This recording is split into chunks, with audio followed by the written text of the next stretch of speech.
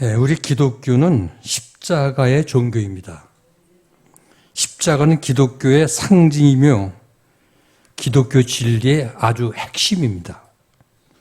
그래서 십자가는 교회를 대표하는 상징물이 되었고, 십자가는 복음의 핵심이요 성경의 뼈대가 되었습니다.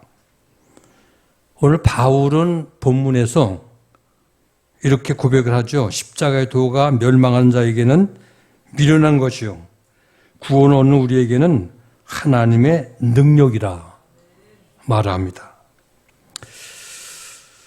그러면서 바울은 나는 십자가 외에는 아무것도 알지 않기로 작정을 하고 평생을 난 십자가만 자랑하겠노라 이렇게 얘기를 합니다. 이처럼 십자가의 진리는 성경의 중심입니다. 그래서 신약 성경에만 예수의 십자가에 대한 죽으심이 무려 175번이 언급되고 있어요. 예수 그리스도의 활동이나 그의 가르침이나 교훈, 그의 모든 삶이 다 중요하지만 그러나 그 자체가요 우리에게 구원을 주고 생명을 주고 죄를 사해주는 놀라운 구원의 진리는 될 수가 없다는 거예요. 우리가 죄로부터 용서받고 구원을 얻는 유일한 길은 예수 그리스도의 십자가의 보혈로만이 우리가 구원을 받을 수 있기 때문에, 그래서 십자가에 피가 없는 복음은 하나의 지식은 될지 몰라도 복음은 될 수가 없습니다. 그래서 바울은 갈라디아서 6장 14절에 내게는 우리 주 예수 그리스도의 십자가 외에는 결코 자랑할 것이 없다고 바울은 잘라 말을 합니다. 예수 그리스도께서 십자가에 못 박혀 죽으신 것은 예수님 자신의 어떤 죄가 있어가지고 십자가에 죽으신 것이 아닙니다. 요한일서 3장 5절을 보면 그가 우리 죄를 없이 하려고 나타나신 바 된 것을 너희가 아나니 그에게는 죄가 없느니라. 또 베드로전서 2장 22절을 보면 저는 죄를 범치 아니하시고 그 입에 쾌사도 없으시고 말씀을 하고 있고요. 그리고 고린도 후서 5장 21절을 보면 하나님은 죄를 알지도 못하신 자라고 말씀을 하고 있어요. 히브리서 4장 15절에도 우리에게 있는 대제사장은 우리의 연약함을 체휼하지 아니한 자가 아니요 모든 일에 우리와 한결같이 시험을 받은 자로되 죄는 없느니라 하고 말씀하고 있습니다. 그러니까 죄라고는 전혀 없으신 우리 예수님께서 십자가에 못 박혀 죽으신 것은 바로 우리의 죄 때문에 우리 죄를 대신 하려고 우리의 죄 문제를 해결하시려고 그래서 십자가를 지셨다는 거예요. 그러므로 이사야서 55장 5절 말씀 속에 그가 찔림은 우리의 허물 인하며 그가 상함은 우리의 죄악을 인함이라. 그가 징계를 받음으로 우리가 평안을 누리고 그가 채찍에 맞음으로 우리가 나음을 입었다고 말씀하고 있어요. 성경은 모든 인간이 죄를 범하였고 따라서 이 땅 위에 의인은 한 사람도 없다고 성경은 우리에게 말씀하고 있죠. 이 세상에 어느 누가 나는 죄가 없다고 자신 있게 말할 사람이 이 땅엔 한 사람도 없다는 거예요. 모두가 다 죄인이라는 겁니다. 그러므로 인간은 하나님 앞에 의롭다고 드러내고 자기를 죄가 없다고 나타낼 사람은 아무도 없다는 거예요. 근데 하나님의 공의는 모든 죄에 대해서 하나님의 공의는 어김없이 공의를 다스리는 하나님이세요. 그 죄의 싹은 사망이라고 말씀하고 있습니다. 죄의 싹이 사망이고 죄의 값이 사망이라고 했는데 바로 우리 예수님께서 이 하나님의 공의 앞에 이 죄를 담당하기 위해서 십자가에 주님이 죽으셨다는 거예요.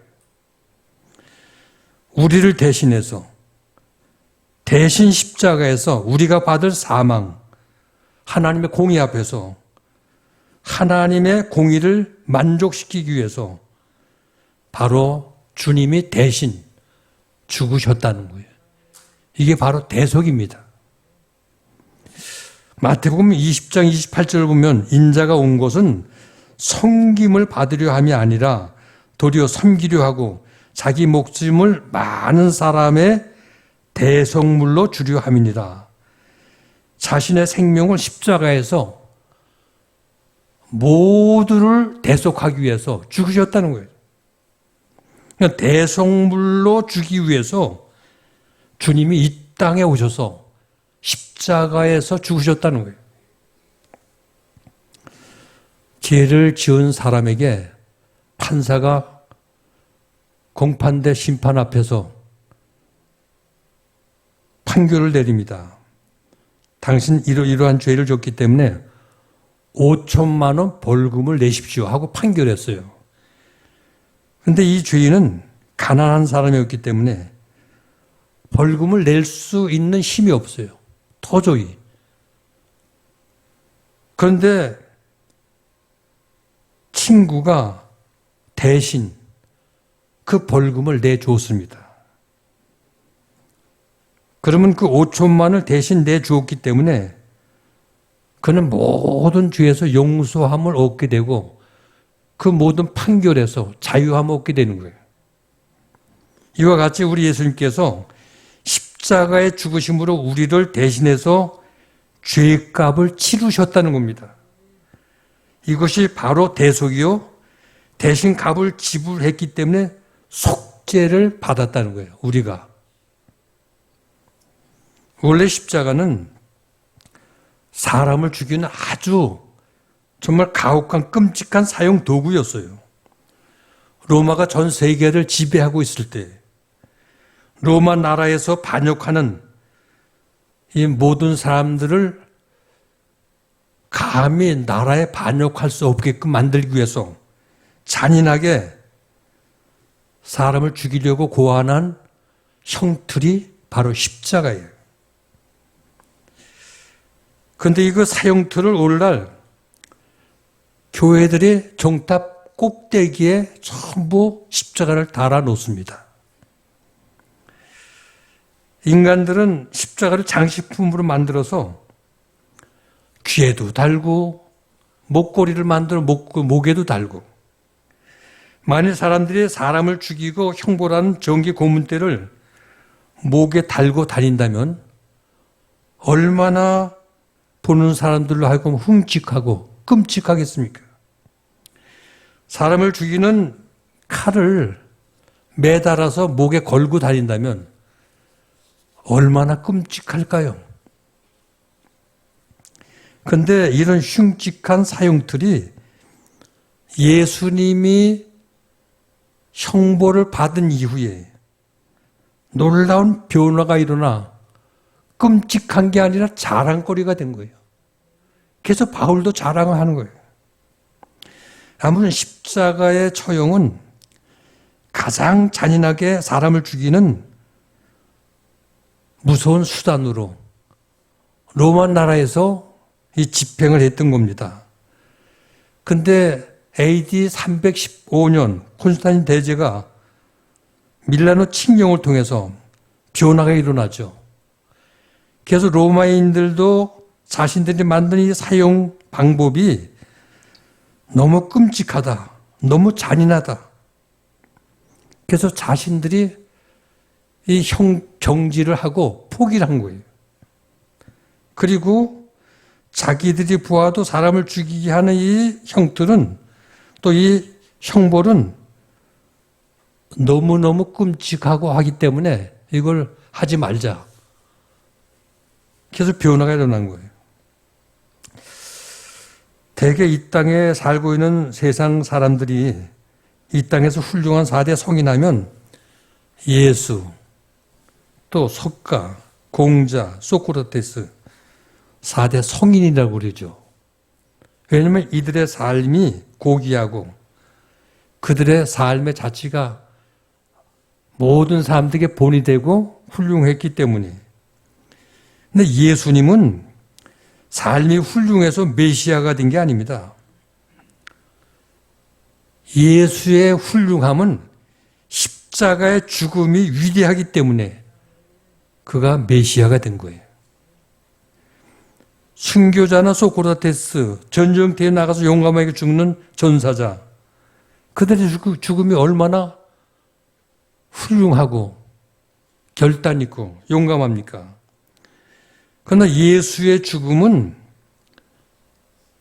그들과 차원이 다른 거예요. 예수의 죽음이 있는 십자가는 그들의 죽음과 다르다는 거예요. 십자가는 능력입니다. 그래서 바울은 십자가의 도가 멸망하는 자에게는 미련한 것이요 구원을 얻는 우리에게는 하나님의 능력이 된다고 고백을 하고 있어요. 이 세상에는 삶의 생활 속에서 원리와 도가 있어요. 그래서 옷을 입을 때에는 옷을 입는 예절이 있어요. 그리고 식사를 할 때는 식도가 있고요. 그리고 차를 마실 땐 차도가 있고, 바둑을 땐 기도가 있고요. 어떤 원리와 도가 있어요. 근데 여기 사도 바울은 십자가에 도가 있다고 말씀하고 있어요. 십자가의 도. 십자가의 도가 구원을 얻은 우리에게는 하나님의 능력이라 이렇게 말씀하고 있거든요. 그렇다면 이 십자가는 어떤 능력이 있는가? 네 가지만 말씀드리겠습니다. 첫째, 죄를 깨닫게 하는 능력이 있습니다. 십자가는 죄를 깨닫게 하고 자신의 죄를 알게 하는 능력이 있습니다. 이건 대단한 능력이에요. 여러분들 삶의 생활 속에서 암이면서 암인 줄을 모르고 살 때가 많이 있죠. 근데 암을 발견하게 되면 이게 얼마나 놀라운 일입니까? 근데 죄인인데 죄인인 줄 모르고 살아요. 죄를 지으면서도 죄가 뭔지를 모르고 사는 사람들이 많이 있다는 거예요. 근데 십자가는 이 죄를 알게 하는 놀라운 능력이 십자가 안에 있다는 거예요. 베드로가 갈릴리 호수에서 고기를 잡고 있었습니다. 오늘따라 고기가 통 잡히질 않아요. 밤이 맞도록 그물을 던졌는데 한 마리도 잡지를 못했습니다. 아마 세상 사람들 같으면 오늘 밤은 더럽게 재수가 없는 날이다. 아마 그렇게 얘기를 했을 거예요. 밤새도록 그물을 던졌는데 고기 한 마리 잡지를 못했는데 새벽이 되었어요. 이제 모든 걸 포기하고 집으로 돌아가자. 지치고 허기지고 허탈한 마음을 가지고 집으로 돌아가려고 빈 그물을 씻고 있었어요. 근데 그 앞에 예수님께서 나타나셨습니다. 다가오셔서 베드로에게 깊은 곳에 가서 그물을 내리라. 베드로가 주님의 말씀에 순종해서 깊은 곳에 그물을 나가 던졌더니 고기가 엄청나게 많이 잡혀가지고 그물이 찢어질 정도로 많이 잡은 거예요. 그때 이상하게 베드로의 마음속에 변화가 일어났어요. 그래서 예수님 발 앞에 꿇어 엎드려서 나는 죄인으로소이다. 나를 떠나소서. 이렇게 고백을 합니다. 예수님을 만나자 죄를 볼 수 있는 자신의 눈이 열린 거예요. 예수님의 십자가는 죄를 깨닫게 하는 능력이 있어요. 아무나 죄를 깨닫는 게 아닙니다. 이 마음이 강팍하고 양심이 화인 맞은 사람들은 무슨 소리를 해도 깨닫지를 못해요. 근데 바울은 자기가 세상에서 제일 잘난 사람으로 자신을 생각했어요. 그래서 자신의 이름을 사울이라 이렇게 지었습니다. 그러니까 세상에서 가장 큰 자라는 거죠.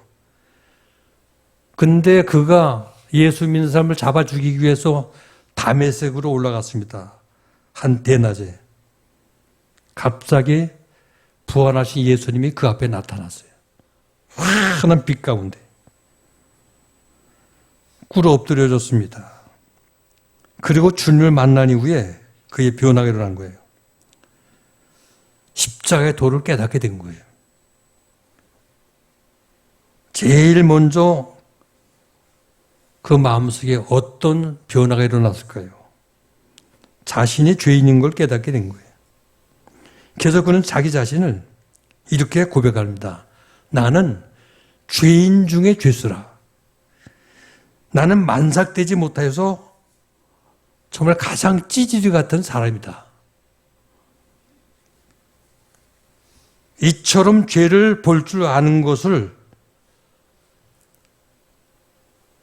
바울이 깨닫게 된 것은 십자가의 도를 깨달았기 때문에, 십자가의 도는 자기를 볼 줄 아는, 죄를 볼 줄 아는 능력이 있는 것을 믿으시기 바랍니다. 두 번째, 죄사함의 능력이 있습니다. 십자가는 죄를 알게 할 뿐만 아니라 죄를 사하여주는 능력이 있습니다. 우리가 부르는 찬송 가운데 나 같은 죄인 살리신 그 은혜 놀라워. 이건 죄사함을 받은 은혜를 깨달은 사람이 부를 수 있는 노래예요.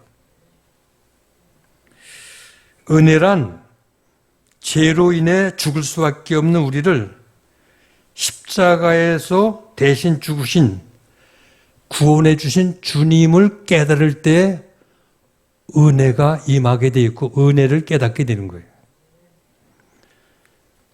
이것이 깨달아지는 능력은 십자가를 통해서만이 가능하다는 거예요.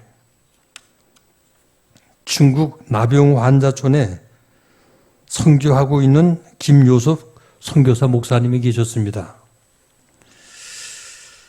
그분 간증 가운데 이런 얘기가 나옵니다. 이북에서 생긴 일이에요. 어느 마을에 몰래 예수를 믿는 가정이 있었습니다. 아침 새벽마다 일어나 무릎을 꿇고 하나님께 기도를 합니다. 근데 그 가정의 아들이 국민학교를 다녔는데 공산사상에 푹 빠졌어요. 이 아들이. 그래서 아들은 아버지, 어머니가 예수를 믿는다고 당에 고발을 합니다. 그 동네에서 아들이 친아버지, 어머니를 고발하는 사건은 처음 있는 일이었어요. 공산당은 온 마을 주민에게 교육을 시킬 수 있는 절호의 기회다 생각하고 공개 재판을 하기로 결정했습니다. 그래서 동네 가운데 사형대를 만들었어요. 그리고 아버지, 어머니를 데려다가 그 앞에 시커먼 봉고지를 뒤집어 씌우고 두 손을 꽁꽁 묶어서 뒤로 묶어 놓았습니다. 그리고 무릎을 꿇게 했어요. 그 앞에 아들이 고발장을 큰 소리로 동네 모든 사람들이 모인 가운데 읽고 내려갑니다. 이 사람들은 우리 아버지, 어머니입니다. 이들은 공산당을 배반하고 아침마다 십자가 예수를 믿고 그 앞에 기도한 배신자들입니다. 동네 사람들이 어쩔 수 없이 끌려 나왔지만 공개 재판하는 이 모습을 보면서 참 숙연해졌어요. 자식이 부모를 고발해서 참 안타까운 현상이 일어났구나. 어떻게 아들이 아버지를 고발해서 이런 일들이 일어날까? 씁쓸하고 한묘한 이런 마음을 가지고, 그리고 어쩔 수 없이 당해서 하는 일이니까 그냥 물꼬름에 보고만 있었어요. 공산당들은 이 아이를 영웅으로 지켜 세웠습니다. 그리고 상을 주고 대단히 박수를 치며 환영을 했습니다. 사람들은 이 아버지 어머니에게 배신자라고 침을 뱉고 돌을 던지며, 그리고 이 아버지 어머니는 당에 의해서 어디론가 끌려갔습니다. 그리고 영영 돌아오지 않았습니다. 어떻게 되었는지 누구도 알 길이 없습니다. 한편 이 아이는 영웅이 되었지만 결국 고아가 되었습니다. 공산당은 이 아이가 공산사상에 아주 투철하다고 그 이후로 공부를 시키고 대학까지 졸업시켜서 결혼까지 시켰습니다. 그 가정에 아들을 낳았습니다. 아들이 자라납니다. 국민학교에 들어가서 열심히 공부를 합니다. 어느 날 아들이 아버지를 보고 신고 웃는데 소름이 끼칠 정도로 그 모습이 꼭 자기가 고발한 아버지의 모습이었어요. 사형을 당하신 아버지 모습이 어떻게 그렇게 똑같을까? 아버지가 자기를 보고 웃고 있는 그런 환상 비슷한 모습이었어요. 자기 아들 얼굴에서. 그때서야 비로소 자기는 부모님을 죽인 큰 죄를 범한 불효 자식이라는 걸 마음에 깨닫게 되었어요. 결혼을 하고 아들을 낳고 이렇게 아이가 클 때까지 죄를 모르고 살다가 갑자기 자기 자신이 불효 자식이란 고발을 해서 부모님을 이렇게 못되게 한 이걸 깨닫고 고민을 하기 시작했어요. 하루는 김요섭 목사님을 만나게 되는데 결국 김요섭 목사님을 통해서 예수를 알게 됐고, 예수 때문에 자기의 아버지 어머니가 죽었다는 사실도 결국 김요셉 목사님께 얘기를 하게 되었어요. 그냥 펑펑 울면서 선교사님께 이렇게 묻습니다. 하나님은 도저히 용서받을 수 없는 죄도 용서해 주시나요? 그러니까 선교사님이 그러며 아무리 세상에 큰 죄를 졌어도 그 앞에 회개하고 용서를 구하면 용서 못할 죄가 없어요. 다 용서해 주십니다. 그러니까 안도를 하면서 숨을 푹 내쉬면서 엉엉 우는 거예요. 자기가 자기 부모님을 이렇게 못되게 했다고.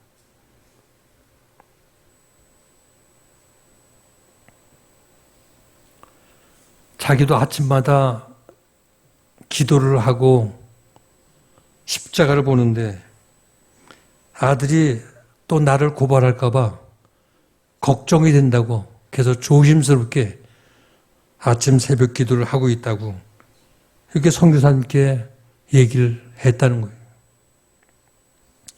여러분, 불교에는 죄사함의 교리가 없어요. 왜? 피가 없기 때문에. 예수님을 우리를 위해서 십자가에 피 흘려 돌아가신 속죄의 교리는 우리 기독교밖에 없어요. 그러니까 죄를 씻어주시고 죄사함 받는 이 교리는 우리가 믿는 기독교 안에만 있는 교리예요. 불교엔 피가 없기 때문에.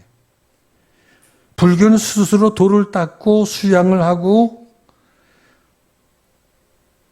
스스로 다듬고 돌을 닦고 고행을 해서 찾아가는 종교가 불교의 교리거든요. 그래서 불교의 교리는 응과 응보의 교리라고 말하죠. 물론 불교에도 죄를 지적하고요. 죄가 나쁘다는 것을 또 어떤 것들이 죄라는 것을 밝히 말은 하고 있죠. 근데 그 죄를 해결하는 길이 없어요. 속죄 교리가 없기 때문에. 자신이 돌을 닦고 수양을 하고 고행을 해서 찾아가는 그 인과응보의 교리를 믿고 있기 때문에. 그게 어느 불교 교실에서 학생이 공부를 하다가 선생님에게 이렇게 질문했대요. 선생님, 개를 죽이면 개로 태어나나요? 고양이를 죽이면 고양이로 태어나고 토끼를 죽이면 토끼로 태어나나요? 그러니까 그게 인과응보 아닙니까? 선생님께 얘기를 했더니 그렇지, 인과응보지. 그러면 사람을 죽이면 어떻게 되나요? 선생님이 대답을 못하고 입이 막힌 거예요. 불교는 정확하게 인과응보입니다. 죄를 해결할 피가 없어요. 그래서 죄사함이 없습니다. 그러나 우리 기독교는 예수님이 십자가에 피를 흘려주셨기 때문에 죄사함의 진리가 있고요. 십자가는 죄사함의 능력인 걸 믿으시기 바랍니다. 아무리 모두 목욕탕에 가서 목욕을 하고 비누와 하이타이를 가지고 온몸을 닦아낸다고 해서 검은 죄가 이 마음의 죄가 지워지는 게 아니에요. 하얘지는 게 아니에요. 아무리 페인트 칠을 하얗게 칠한다고 해가지고 내 죄가 검은 죄가 가려질 수가 없어요. 죄의 사함을 얻는 유일한 길은 오직 십자가에 흘려주신 예수의 피로만이 죄의 사함을 받을 수가 있는 것을 믿으시기 바랍니다. 그래서 우리가 찬송가를 부를 때도 나의 죄를 씻기는 예수의 피밖에 없네. 그러니까 오직 예수의 피와 십자가만이 우리의 죄를 사하실 수 있는 것을 믿으시기 바랍니다. 세 번째, 병고침의 능력이 있습니다. 십자가에 도는 병고침의 능력이 있는 거예요. 예수님은 십자가에 못 박혀 죽으시면서 우리의 죄만 짊어지신 게 아니에요. 우리의 연약함과 병까지도 다 짊어지셨다고 말씀하고 있어요. 그래서 마태복음 8장 17절에 말씀하고 있죠. 십자가는 병고침의 능력이 있습니다. 그래서 이사야서 53장 5절 말씀 속에 그가 찔림은 우리의 허물 인하며 그의 상함은 우리의 죄악을 인함이라. 그가 징계를 받음으로 우리가 평화를 누리고 그가 채찍에 맞음으로 우리가 나음을 입었도다. 그러므로 십자가에 채찍에 맞고 피를 흘려주신 보혈의 능력은 병을 고쳐주시고 치료하는 능력이 있는 걸 믿으시기 바랍니다. 프랑스 군인들은 전쟁터에 나갈 때 배낭에 꼭 두 권의 책을 꼭 지니고 다녔다는 거예요.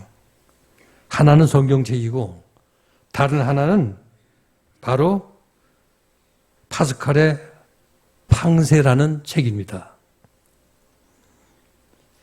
이 파스칼이 팡세를 쓰게 된 동기가 여동생이 불치병으로 이 안질, 눈에 이상이 있었습니다. 영 낫질 않는 거예요.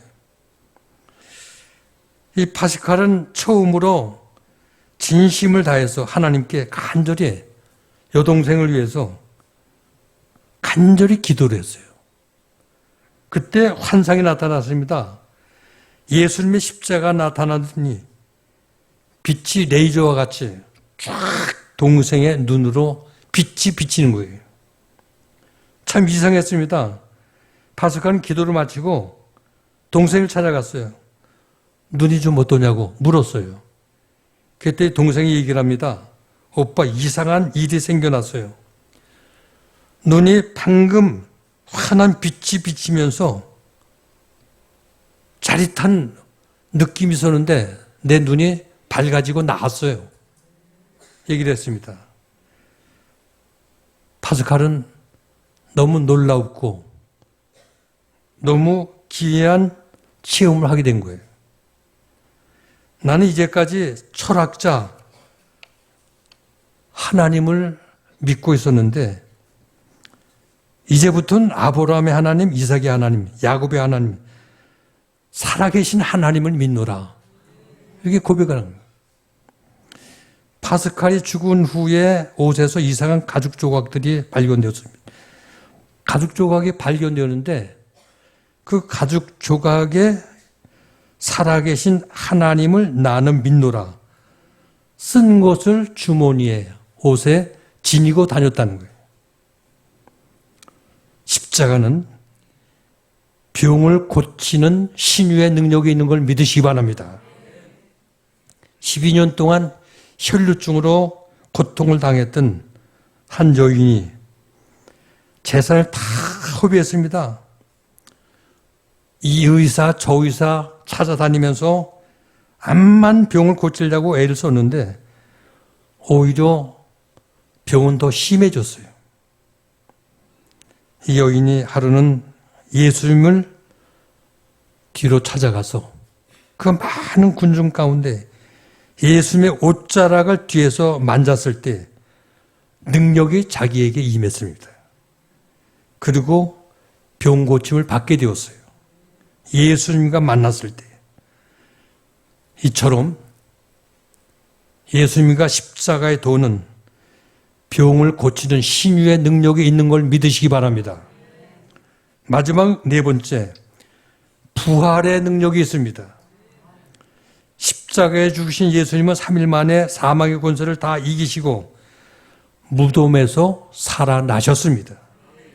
십자가의 능력 가운데 가장 큰 능력은 역시 살아나는 부활의 능력입니다. 이것보다 더 큰 능력이 세상에 어디 있겠습니까? 이처럼 십자가는 죽은 생명을 살려내는 구원의 능력이 있는 것을 믿으시기 바랍니다.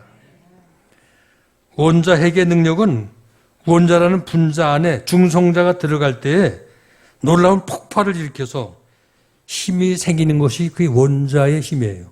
원자 핵의 힘.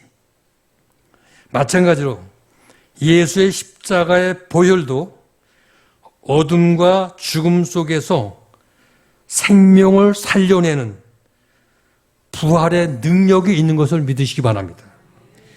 만약에 예수님이 십자가의 죽음이 없었다면 생명을 살려내는 사망의 권세를 깨뜨리는 이러한 놀라운 일은 일어나지 못했을 거예요. 그래서 십자가에 피 흘리는 주님의 고난이 있기에 부활의 영광이 있는 것, 부활의 영광의 능력이 있는 것을 믿으시기 바랍니다. 여러분들, 마귀는 가장 싫어하는 게 십자가와 십자가의 피예요. 서양의 마귀가, 우린 동양의 마귀는 뭐 처녀 귀신 모두 그게 귀신 얘기하잖아요. 예, 하얀 옷을 입고 머리 풀어 헤치고. 근데 서양의 귀신은 드라큘라예요. 드라큘라. 근데 드라큘라가 무서운 게 없거든요. 근데 무서운 게 하나 있어요. 여러분들, 그 드라큘라 귀신 영화를 보면 누구도 무서워하지 않는 이 드라큘라가 십자가만 갖다 앞에 대면 무서워 벌벌 떨고 도망가는 거예요. 십자가만 갖다 대면 완전히 막 녹초가 되고 파김치가 되는 거예요. 바울은 말을 합니다. 십자가의 도가 멸망한 자들에게 미련한